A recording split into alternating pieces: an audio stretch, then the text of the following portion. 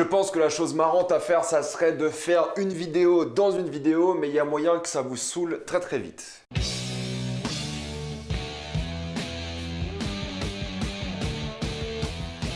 Inception.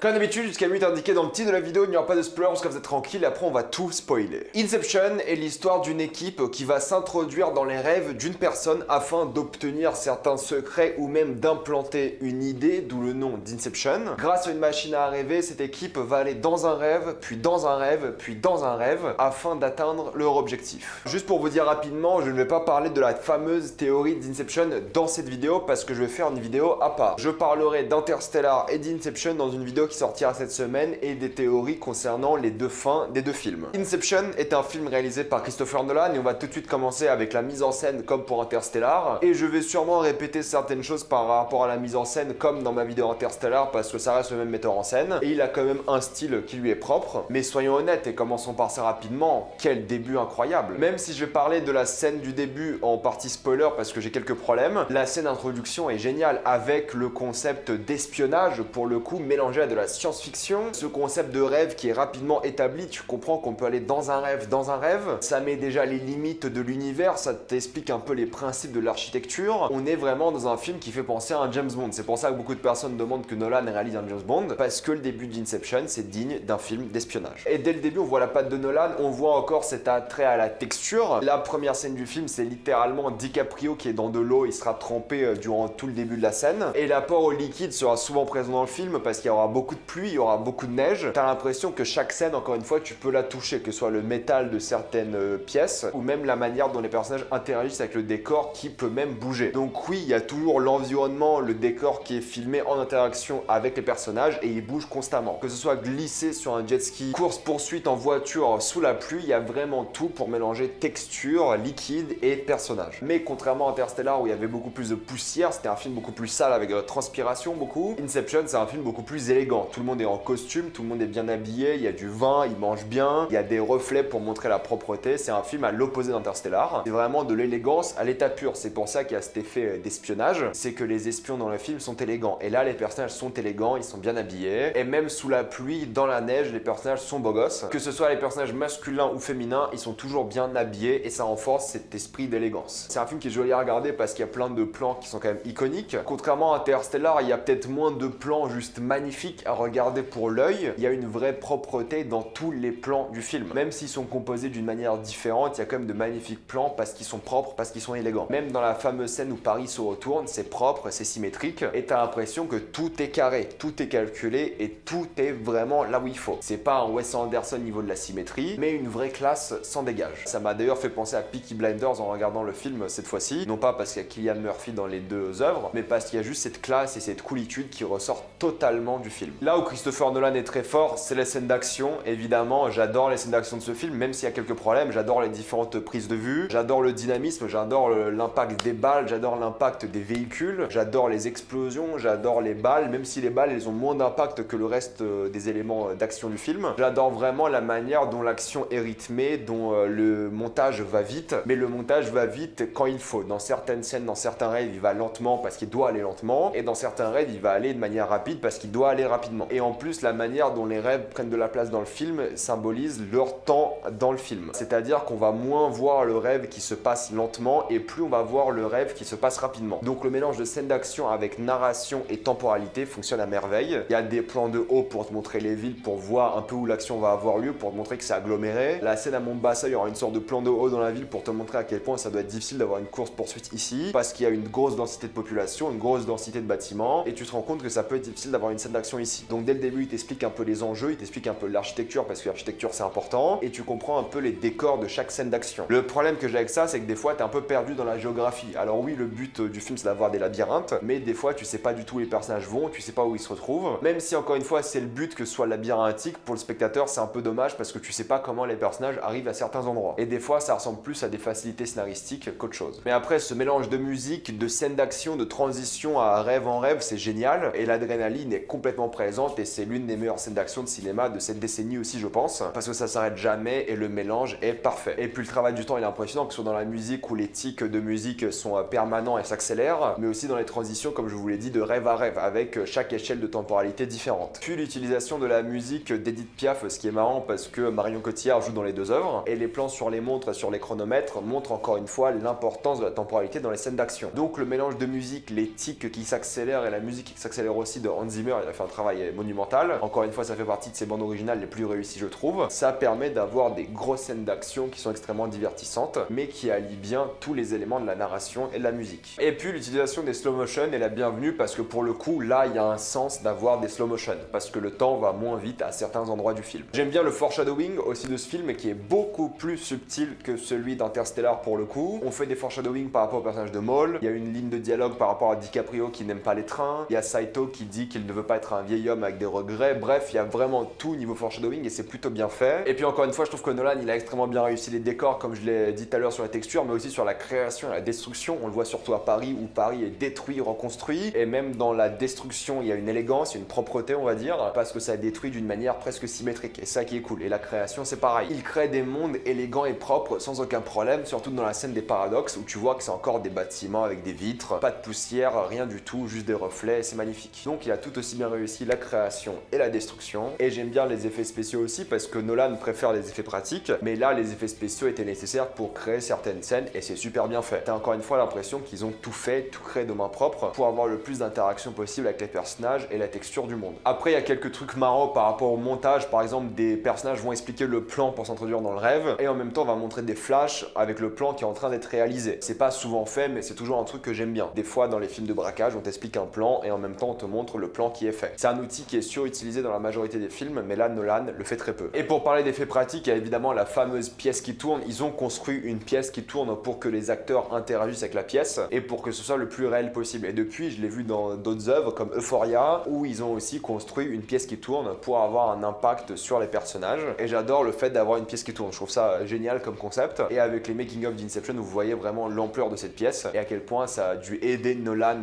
pour filmer ces scènes, mais aussi l'ingénierie derrière. Et niveau ingénierie, il y a beaucoup de cascades, il y a beaucoup de véhicules, ça explose de partout, il y a des cascadeurs qui sautent dans la neige à partir de véhicules qui tombent. C'est un gros bordel, mais c'est encore extrêmement bien géré. Tu vois qu'il y a une vraie équipe technique derrière qui s'est donnée à fond pour ce film pour faire des vraies scènes d'action. On n'est pas sur un Mission Impossible, mais il y a pas mal de scènes de cascade qui sont assez impressionnantes. Et puis pour parler du scénario qui a été donc écrit par Christopher Nolan, j'adore le concept, un rêve dans un rêve dans un rêve, je trouve ça génial comme concept. J'adore le fait que c'est une sorte de film d'espionnage avec des gadgets, des machines, une élégance. C'est le mot de cette vidéo, l'élégance, mais aussi un film de braquage parce qu'ils veulent récupérer ou implanter une idée dans la tête de quelqu'un. Donc faut créer une équipe, faut aller trouver chaque membre. C'est un film d'espionnage et de braquage et je trouve ça plutôt cool. C'est ça que j'aime beaucoup chez Nolan, c'est qu'il s'est vraiment essayé à beaucoup de genres différents et il continue toujours de le faire. L'idée du fantôme est géniale avec le fantôme qui peut te briser si tu crées le rêve. L'idée de l'architecte est cool aussi, la personne qui doit créer le rêve, qui doit vraiment l'instaurer. Le subconscient qui peut vraiment chasser cette personne et les intrus de cette personne comme des anticorps. L'idée du totem et de la toupie, encore une fois, je trouve que c'est génial. Il a vraiment bien instauré les règles du rêve et comment ça fonctionne et je trouve ça vraiment réussi. J'aime beaucoup la manière dont on voyage aussi. Il y a Kyoto, il y a Paris, il y a Mombasa et différentes parties sûrement aux États-Unis et d'autres endroits où il filme les différents rêves. Donc c'est un film où on voyage beaucoup mine de rien et ça met encore bien au centre la qualité des rêves parce que si tu peux aller n'importe où dans tes rêves, pourquoi vivre dans la réalité? Ce que je regrette, c'est qu'on comprend jamais l'ampleur des machines à rêve. On voit que des gens d'entreprises extrêmement puissantes sont, on va dire, entraînés à lutter contre des personnes qui s'introduisent dans leurs rêves. On voit qu'il y a des gens qui utilisent les machines à rêve dans différents endroits pour revivre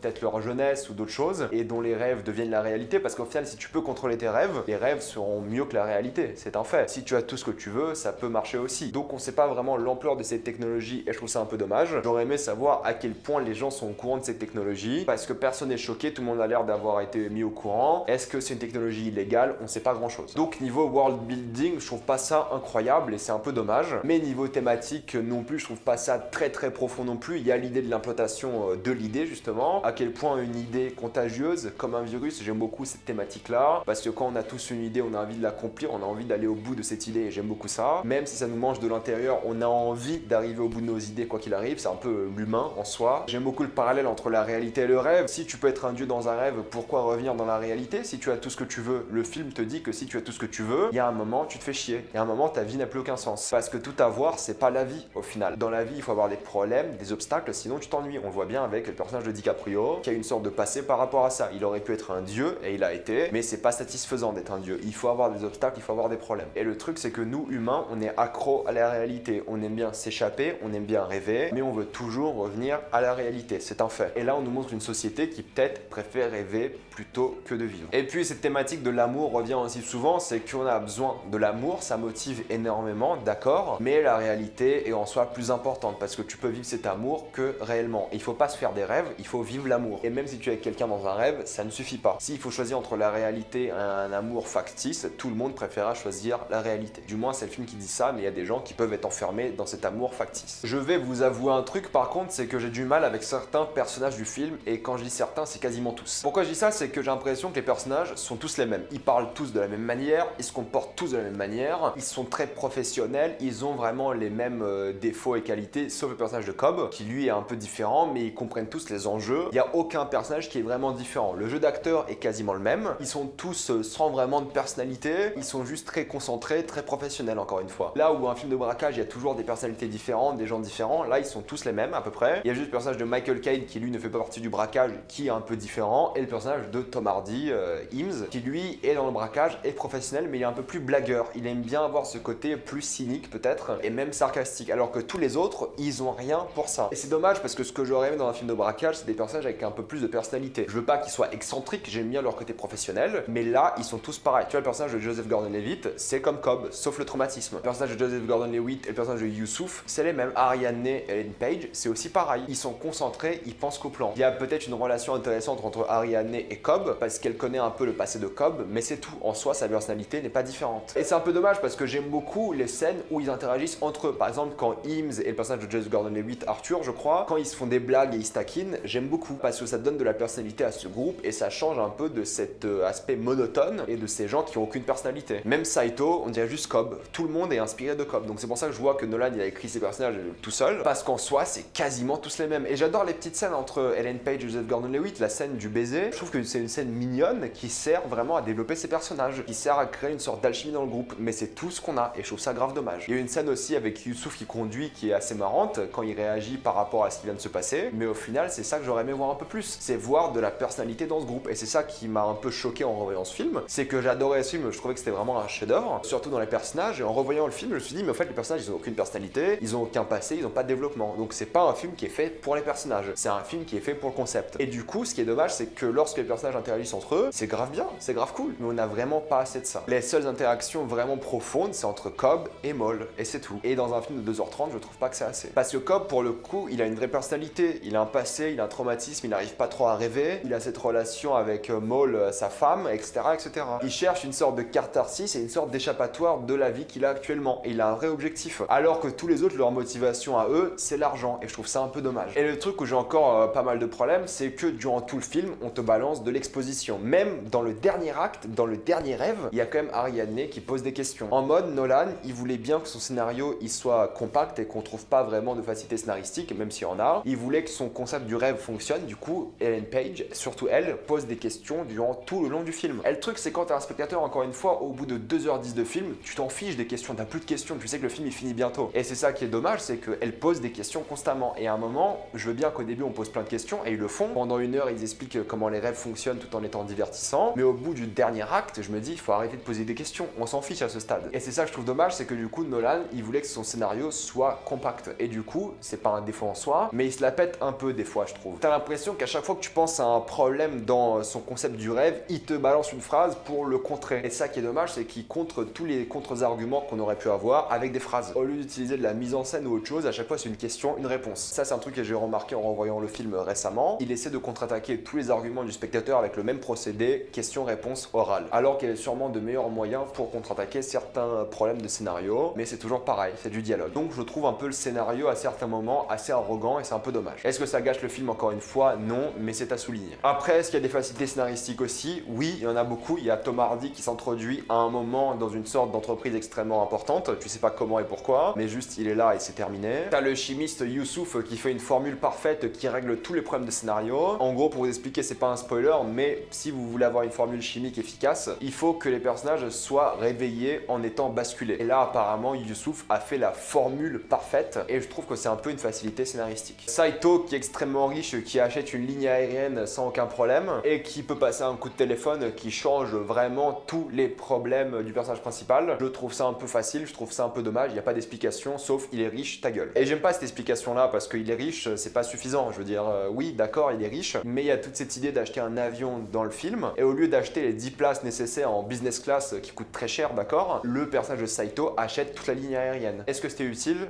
Non. Est-ce que c'est facile? Oui. Pareil, facilité scénaristique, toute la backstory de Cobb est racontée à un moment où elle devait pas être racontée. Au milieu du film, il balance toute sa backstory sans aucune raison. Alors oui, sa backstory est touchante, elle est vraiment émouvante, mais elle sort à un moment où le scénario n'avait pas besoin de ça, c'était juste pour le spectateur. Et encore une fois, il n'y a pas vraiment d'explication sur le fait que les personnages ont un entraînement militaire, mais ils tuent des dizaines de personnes sans aucun problème. Je pense surtout au dernier rêve, où normalement tout était fait pour que personne arrive dans ce rêve, et que les personnages arrivent à tuer des dizaines de personnes sans aucun problème, alors que ces personnes-là sont censées être des militaires. En vrai, il fallait juste expliquer que tous les personnages du groupe avaient un passé militaire, d'espions secrets ou un délire comme ça, pour montrer qu'ils sont efficaces. Là, le fait que ce soit un rêve, c'est pas assez pour expliquer qu'ils peuvent tuer plein de personnes. Après, je vais pas revenir sur la musique, j'en ai pas mal parlé, elle est vraiment utile à l'action et Hans Zimmer, il est incroyable, d'accord, surtout avec la musique Time qui est extrêmement culte, mais bon, j'avais quand même envie d'en parler un tout petit peu parce qu'Hans Zimmer, ça reste un génie, et sans lui, les scènes d'action auraient été beaucoup moins bien faites. Mais finalement, c'est un film qui passe assez vite, paradoxalement, parce que c'est un rêve et c'est pas censé passer vite, même s'il y a quelques longueurs à la fin, je trouve, parce qu'il y a une grosse scène d'action en musique, on dirait le climax, et ensuite il reste une demi-heure de film, tu dis bon d'accord, c'était nécessaire au scénario, mais ça donne quand même un ventre mou. Surtout que c'est difficile quand t'as une scène pleine d'adrénaline de te remettre dans le bain juste après, donc si t'as une scène pleine d'adrénaline, il faut respirer un petit peu et repartir, ou alors ne jamais arrêter la scène pleine d'adrénaline. Le meilleur exemple que j'ai de ça, c'est Fury Road, c'est un film plein d'adrénaline, et il y a un gros moment où ça stoppe dans le film, et ça fait du bien, parce qu'après ça repart sur de l'adrénaline pendant 30 minutes. Là, dans Inception, je trouve qu'il y a un gros climax, et ensuite ça s'arrête pendant 1 minute, et ça repart. 1 minute, j'exagère un peu, c'est un peu plus, mais je trouve que t'es beaucoup moins investi dans le dernier acte du film, le tout dernier, au final. Mais bon, pour conclure, Inception, ça reste un film extrêmement divertissant, extrêmement intense aussi, c'est un super film d'action, peut-être moins philosophique qu'un Interstellar ou d'autres films de Nolan, mais c'est un super film d'espionnage, un super film de braquage. Je l'ai revu un peu à la baisse, en le revoyant, honnêtement, j'avais vraiment adoré quand je l'avais vu à l'époque au cinéma, je l'avais revu depuis et j'avais vraiment trouvé ça incroyable. Là, je l'ai revu un peu à la baisse, je trouve ça vraiment bien fait, ça reste sûrement un chef-d'œuvre d'espionnage ou de braquage, mais il y a beaucoup de facilité scénaristique, il y a beaucoup de personnages peu intéressants au final, et les acteurs, même s'ils sont bons, bah au final ils jouent les mêmes personnages. Et les défauts comme ça, je voulais pas vraiment les voir parce que pour moi c'était l'un de mes films préférés, et je pense que ça le reste encore parce qu'il y a plein de scènes géniales, mais ça fait du bien aussi de le revoir un peu à la baisse, parce que là je me rends compte un peu plus des défauts, je me dis que c'est un film imparfait. Il y a beaucoup de choses que j'adore, ça reste un de mes films préférés comme je vous l'ai dit, mais ça fait aussi du bien de se rendre compte des problèmes du film, parce qu'encore une fois on peut aimer des choses imparfaites, et je trouve qu'Inception en fait partie. Avant de passer en spoiler, pensez à vous abonner à la chaîne pour plus de vidéos, mettez un j'aime et partagez cette vidéo, ça aide beaucoup la chaîne. Si vous aimez la chaîne, pensez à soutenir grâce au lien Utip ou en faisant un don ou en regardant une publicité, ça me fait un peu d'argent. Suivez-moi sur Instagram pour des critiques exclusives, suivez-moi sur Twitter pour toutes les news et on spoil.